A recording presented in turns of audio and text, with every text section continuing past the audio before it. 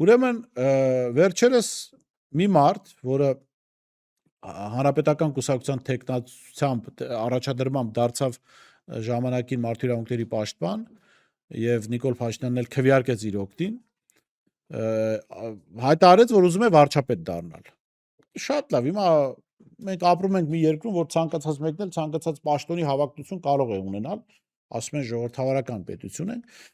բայց դե եկեք հասկանանք, ով է ուզում վարչապետ դառնա, անկեղծ եմ ասում, ես այս մտքերը կարդացել եմ, չեմ հավատացել, մտածեցի fake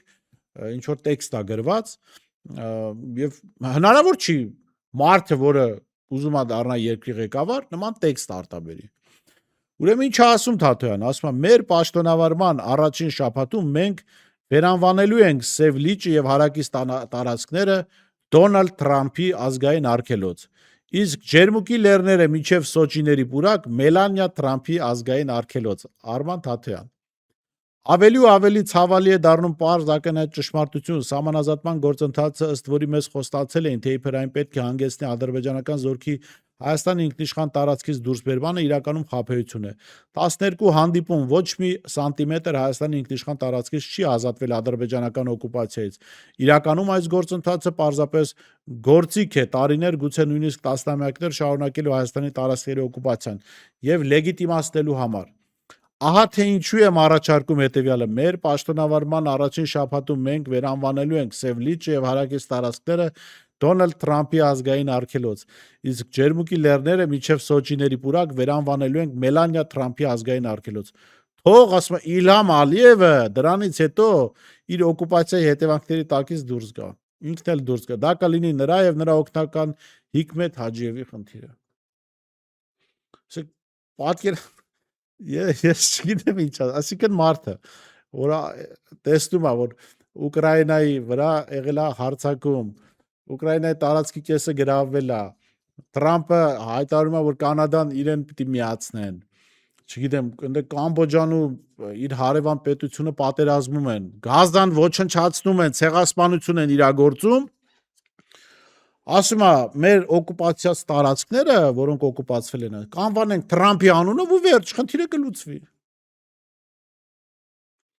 Բա Արցախը ում անունով եք կոչելու։ Թրամփի հոր անունով, որ բան ազատագրվի։ Թրամփի մոր անունով ինչ կա կոչելու, էդ էլ է հետաքրքիր։ Սա, գիտեք, սա խելամիտ մարդ էր երևում, անկեղծ եմ ասում, մի քիչ դառնակորից, բայց խելամիտ մարդ էր երևում։ Էս ինչ առաջարկ է, լավ, ասենք, ենթադրենք եկեք մեր ֆանտազիաներին զոր տանք,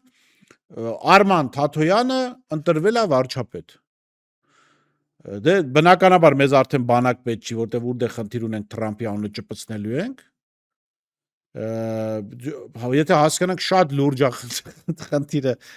Հայաստանի Հանրապետությունը կանվանենք Թրամփի անվան Հայաստանի Հանրապետություն, 26 թվին է դա լինելու, չէ՞։ 27-ին կարծեմ Թրամփը գնում է։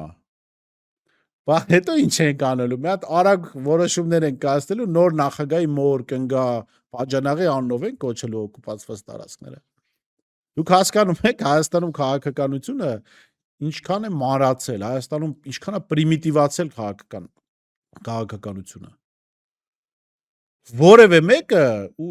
ուրիշ երկրի նախագահի անուն դնելով տարածքներ չի կարողանում հետ բերել օկուպացիայից վերադարձնել։ Դա լինում է միայն ուժեղ պետության պարագայում։ Միայն ուժեղ պետության պարագայում։ Ուժեղ բանակի, ուժեղ տնտեսության, հա։ Հեսա մեկն էլ առաջ կգա, կասի Պուտինի անունով դնենք այդ տարածքները, ավելի շուտ կվերադարձնեն։ Դե, սա իրականում ծիծաղում ենք, բայց абսուրդ է։ Եվ նաև абսուրդ է հավակնությունները նման քաղաքական խելքով, հա։